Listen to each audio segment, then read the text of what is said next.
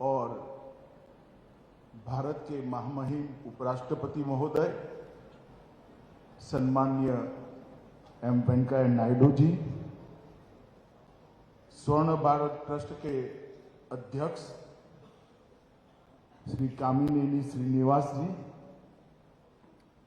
स्वर्ण भारत ट्रस्ट की सभी गतिविधियों का जो केंद्र बिंदु विगत 20 सालों से हैं, ऐसी श्रीमती दीपा वेंकट इम्माणी जी, श्री मुप्पा रापू हर्षवर्धन जी, और आज इस छोटे मगर बहुत महत्वपूर्ण कार्यक्रम में उपस्थित प्यारे भाइयों और बहनों, आप सभी को नमस्कार।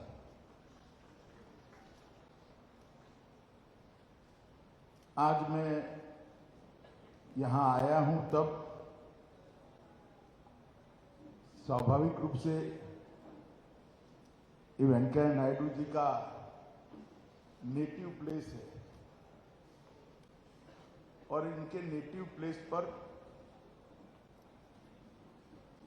हर भारत के सार्वजनिक जीवन के व्यक्ति ने एक छोटी सी भी गतिविधि अपने मूल के साथ जुड़े रहने के लिए करनी चाहिए। इसका एक बहुत अच्छा उदाहरण वेंकैया जी ने प्रस्तावित किया है। इसको देखने के लिए मैं आज यहां पर आया हूं। मैं ट्रस्ट के बारे में बाद में बात करूंगा, मगर वेंकैया जी की अनुमति के साथ पहले मैं वेंकैया जी के लिए बात करना चाहता हूं। वैसे तो वेंकैया जी आज भारत के उपराष्ट्रपति हैं और जैसा उनका नेचर है, डिसिप्लिन नेचर है, उन्होंने संविधान की भावनाओं का सम्मान करते हुए सारी राजनीतिक गतिविधियों से अपने को अलग अलग कर दिया है। मगर मैं तो भारतीय जनता पार्टी का कार्यकर्ता हूं और वेंकैया जी भारतीय जनता पार्टी के वरिष्ठतम नेताओं में से एक हैं। देश भर के भारतीय जनता पार्टी के प्रमुख नेताओं में से वेंकैया जी जब राजनीति में थे, उन्होंने भारतीय जनता पार्टी का नेतृत्व किया। मैं आज आपको बताना चाहता हूं, मैं जब जिले का महामंत्री था, एक डिस्ट्रिक्ट जनरल सेक्रेटरी था, तब वेंकैया जी देश के राष्ट्रीय अध्यक्ष थे और हम सब उनको राष्ट्रीय अध्यक्ष के रूप में काम करते हुए देखते थे। मैं बहुत बचपन से भारतीय जनता पार्टी का कार्यकर्ता बना, लगभग समझ आई, तब से इसी विचारधारा से जुड़ा। मैंने भारतीय जनता पार्टी की गतिविधियों को बारीकी से देखा है और मेरा सौभाग्य रहा, बाद में मुझे भी पार्टी का अध्यक्ष बनने का मौका मिला। तब पार्टी के अंदर जितना भी डॉक्यूमेंटेशन था, उस वक्त सारे मेरे पूर्व अध्यक्षों ने जो काम किए थे उसका मैंने डिटेल स्टडी करने के लिए एक टीम बनाई थी और उसका मैंने भी स्टडी किया था। मैं निसंकोच कह सकता हूं कि वेंकैया जी के अध्यक्ष रहते हुए पार्टी बैक टू बेसिक्स की ओर गई और वहां से पार्टी का ग्राफ ऊपर बढ़ना शुरू। राजनीति के अंदर कोई भी विचारधारा के आधार पर जब पार्टी बनती है, तब आइडियोलॉजी का प्रचार प्रसार, उसका इंप्लीमेंटेशन, ये महत्तम मात्रा में होते हैं। मगर जब राजनीतिक दल होता है तो अनेक प्रकार के उतार चढ़ाव से राजनीतिक दल को आगे बढ़ना पड़ता है और जाने अनजाने में, किसी का ऐसा उद्देश्य नहीं होता, मगर कभी ना कभी पार्टी अपने रास्ते से थोड़ी इधर उधर होनी पड़ती है, क्योंकि फ्लेक्सिबिलिटी नहीं है तो पार्टी टिकती भी नहीं। परंतु वेंकैया जी के समय पर जो मैंने कहा बैक टू बेसिक्स, ये वेंकैया जी के समय पर पार्टी ने फील किया। राष्ट्रीय अध्यक्ष का दौरा कैसा हो, राष्ट्रीय अध्यक्ष की अध्यक्षता में कार्यालय कैसे चले, घर से कार्यालय नहीं चलेगा, कार्यालय में से कार्यालय चलेगा। 9 बजे वेंकैया जी का खौफ होता था, स्वयं वेंकैया जी 9 बजे कार्यालय पर आ जाते थे। इतने डिसिप्लिन तरीके से उन्होंने पार्टी को आगे बढ़ाने का प्रयास किया और उस वक्त बड़ा कठिन काल था पार्टी। अटल जी जैसे लोकप्रिय और देश के सर्वश्रेष्ठ नेता के साथ अध्यक्ष के रूप में काम करना बहुत कठिन होता है, मगर उन्होंने पार्टी को पकड़ कर रखा, पार्टी को आगे बढ़ाया। मैं मानता हूं ये बहुत बड़ी बात है और मेरे जैसे हजारों कार्यकर्ताओं के लिए ये सीखने की बात है कि जब आप पार्टी का काम करते हो, हमने पार्टी का ही सोचना चाहिए, पार्टी के ही सिद्धांतों की बात करनी चाहिए। व्यक्ति जरूर महत्वपूर्ण होते हैं, मगर सबसे महत्वपूर्ण पार्टी होती है। और इलेक्शन वेंकैया जी ने कोई भाषण करे बगैर अपने कर्तृत्व से सभी राजनीतिक दलों के लिए एक उदाहरण सेट किया था। एक गरीब किसान परिवार में जन्म लेकर समुद्र किनारे से 20 किलोमीटर दूर के गांव में जन्म लेकर भारत का उपराष्ट्रपति बनना, भारतीय जनता पार्टी का अध्यक्ष बनना, अनेक विभागों के मंत्री बनना और हर जगह पे कंट्रीब्यूशन करना, ये बहुत बड़ी बात होती है। ये बहुत बड़ी बात होती है किसी भी व्यक्ति के लिए, किसी भी पार्टी के कार्यकर्ता के लिए।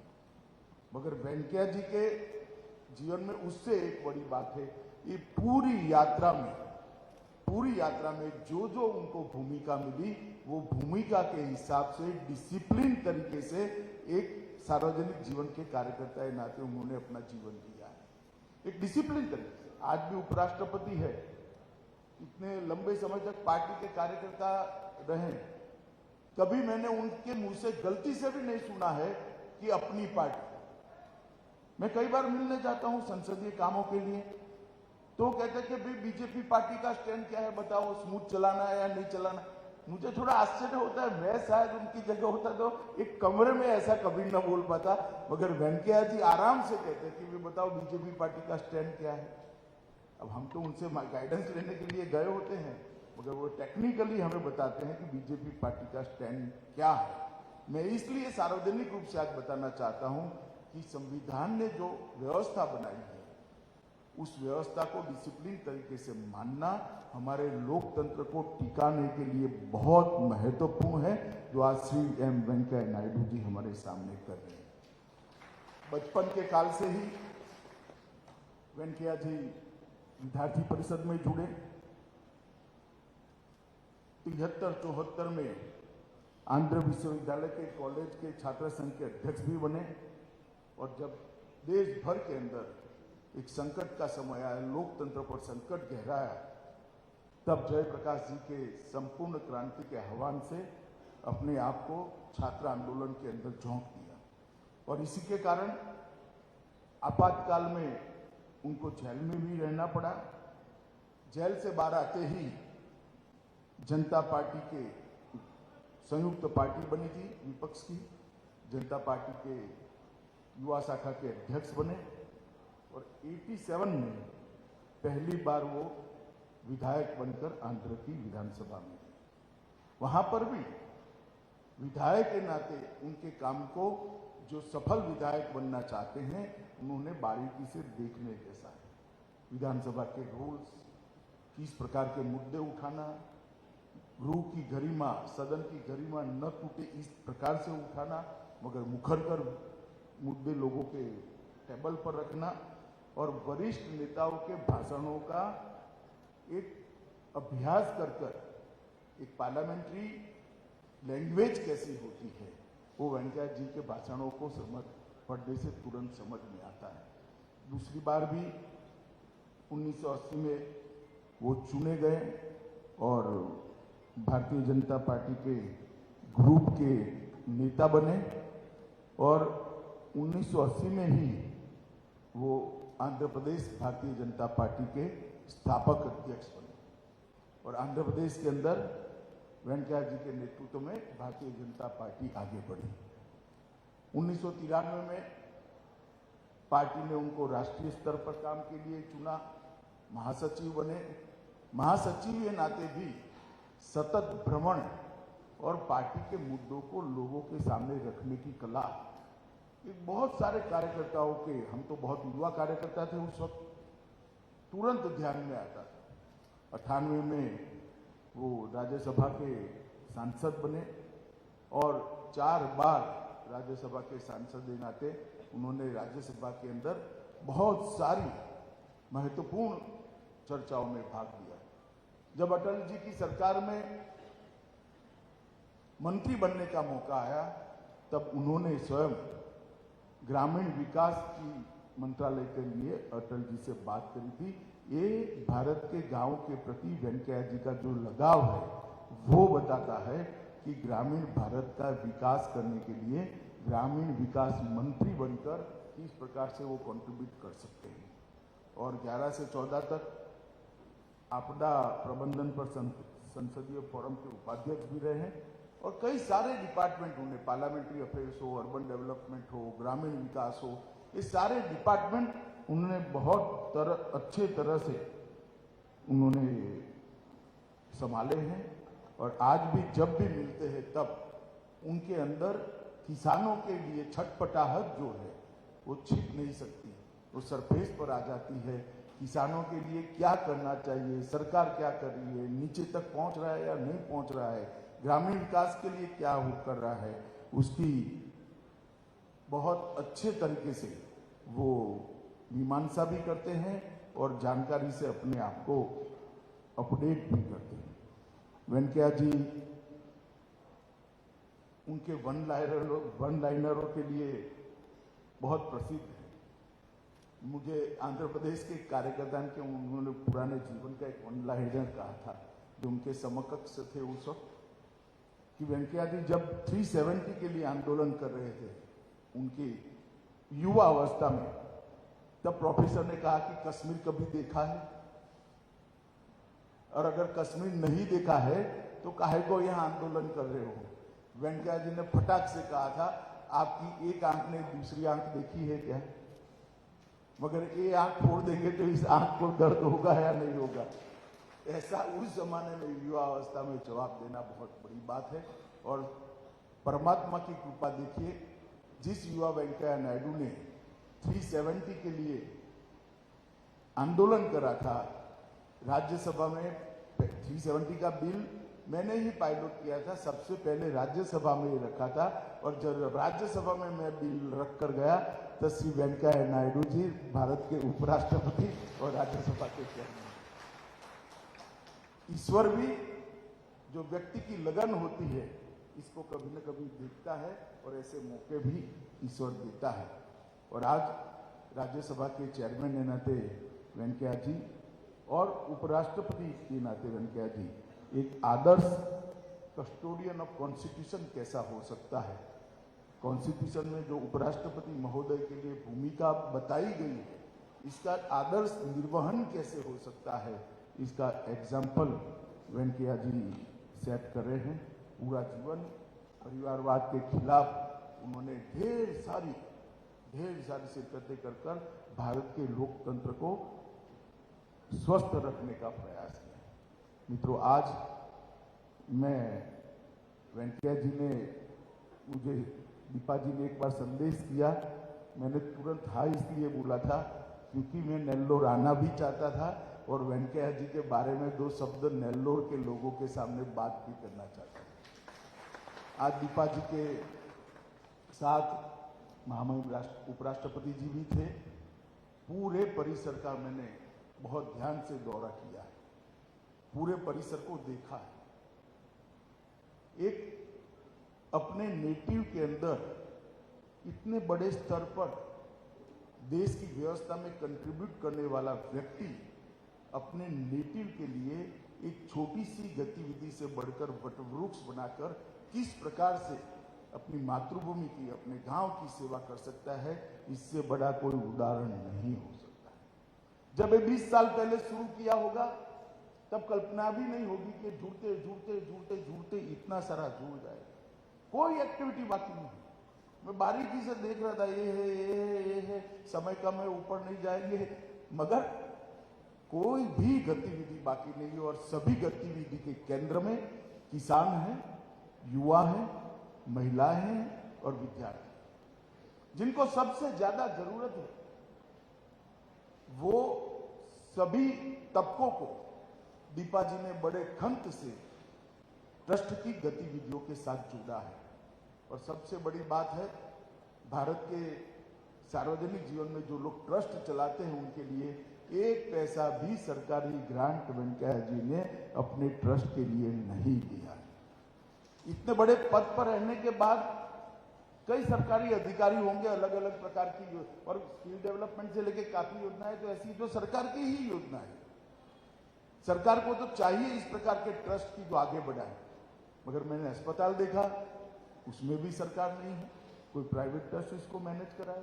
इंस्ट्रूमेंट सारे दीपा जी के ट्रस्ट ने, स्वर्ण भारत ट्रस्ट ने दिए हैं, और स्किल डेवलपमेंट की गतिविधि भी प्राइवेट पार्टियों को साथ में जोड़कर चलाई। मैं मानता हूं कि ये बहुत बड़ा एक अपने आप में उदाहरण है कि किस प्रकार से एक अपने पैतृक गांव के अंदर, अपने जन्म जहां हुआ वो गांव की कल्याण के लिए किस प्रकार से काम किया जा सकता है। और मित्रों, एक बात मैं यहां आकर बहुत अच्छे से कनेक्ट कर पाया, अगर हर गांव में कोई न कोई एक व्यक्ति इस प्रकार की गतिविधियों को उठा ले, अपने आप को बाजू में कर गांव के बच्चों की, किसानों की, महिलाओं की और गरीबों की चिंता करे, तो देश के अंदर एक भी गांव ऐसा नहीं बचेगा जहां ये सब चीजें नहीं होगी। परंतु हम सब कर नहीं सकते, वेंकैया जी कर रहे हैं, और मेरे जैसे व्यक्ति के लिए आज एक बहुत बड़ा लेसन है कि अपने नेटिव के साथ, अपनी जड़ों के साथ कैसे जुड़ा रहा जा सकता है।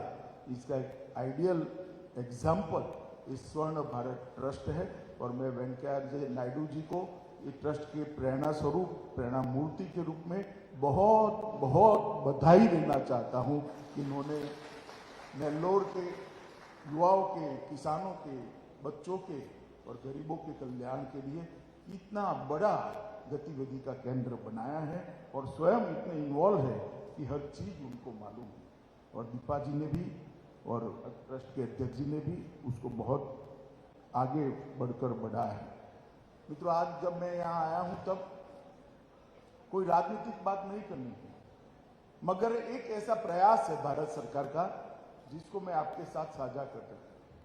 मैं लगभग 1981 से सार्वजनिक जीवन में हूं, कई साल हो गए, और पद्म पुरस्कारों को मैंने पहले भी देखा है, आज भी देखा है, और अब मैं गृह मंत्री हूं तो पद्म पुरस्कार की प्रक्रिया को भी ध्यान से देखता हूं। और मेरा स्वभाव है स्टडी करने का, पुरानी प्रक्रिया का रिकॉर्ड मंगा कर भी मैंने देखा। ज्यादातर जो दल सत्ता में होते हैं उनके प्रभाव क्षेत्र के लोगों को पद्म पुरस्कार मिलते हैं। मुख्यमंत्री का रिकमेंडेशन हो, एमपी का हो, मिनिस्टर का हो, और सिफारिश के बगैर पद्म पुरस्कार की कल्पना ही नहीं है। पद्मश्री, पद्म भूषण, पद्म विभूषण, भारत रत्न सिफारिश के बगैर कभी मिल नहीं सकता। किसी न किसी की सिफारिश की जरूरत है। मगर मोदी जी ने ऑनलाइन एप्लीकेशन कर मेरिट्स पर, जिन्होंने जमीन पर काम किया है, जमीन पर भारत को आगे बढ़ाने के लिए, समाज को सुधारने के लिए, समाज को सुदृढ़ करने के लिए और समाज की दिक्कतों को कम करने के लिए काम किया है, उसको पद्म पुरस्कार मिलना शुरू हुआ है। और मैं 3 साल से इस प्रक्रिया के साथ जुड़ा हूं एज अ गृह मंत्री। मैं आपको बताता हूं, दूर सुदूर कर्नाटक के किसी कोने में कोई महिला अपने परिश्रम से अकेली 35,000 से ज्यादा वृक्षों का बुआई भी करती है और उसको बढ़ा भी करती है, पर पैर में चंपल नहीं है, पैर में चंपल नहीं है। मगर उसको किसी की सिफारिश की जरूरत नहीं, गड़बड़ अक्षरों में कन्नड़ में लिखा हुआ स्वयं का परिचय पत्र वो भेजती है, और आज पद्मश्री से सम्मानित होकर देश की करोड़ों गरीब महिलाओं को। कोई व्यक्ति ऐसा कोरोना काल में होता है जब अपने परिवारजनों का कोई संस्कार नहीं करता था, अंतिम संस्कार नहीं करता था, म्यूनिसिपैलिटी वाले ले जाते थे, और मैंने तो दिल्ली में देखा है 400 लोगों के संस्कार पेंडिंग थे। मुझे स्वयं वो शीत गृह में जाना पड़ा था।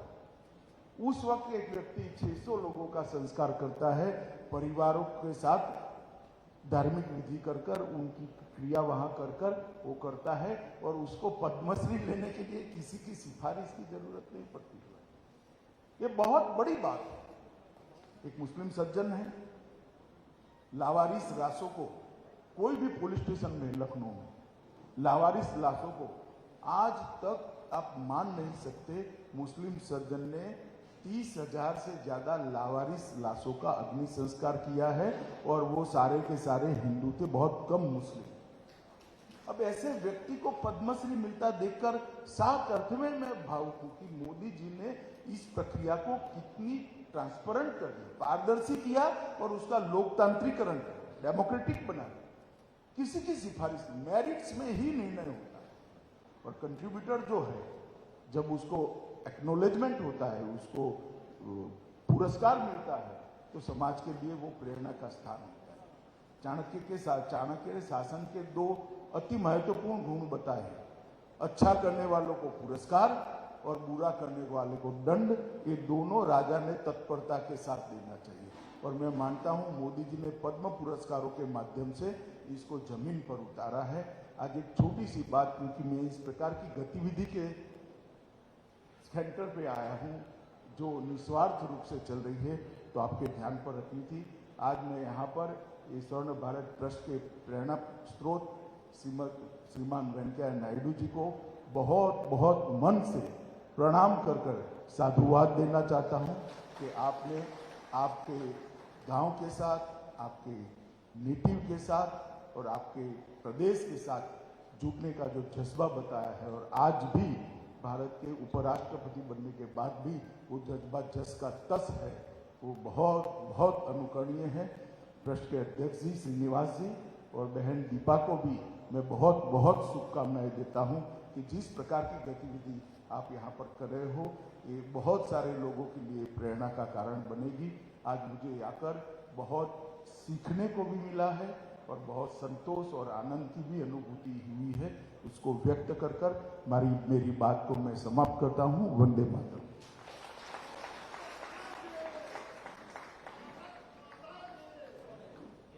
हृदय से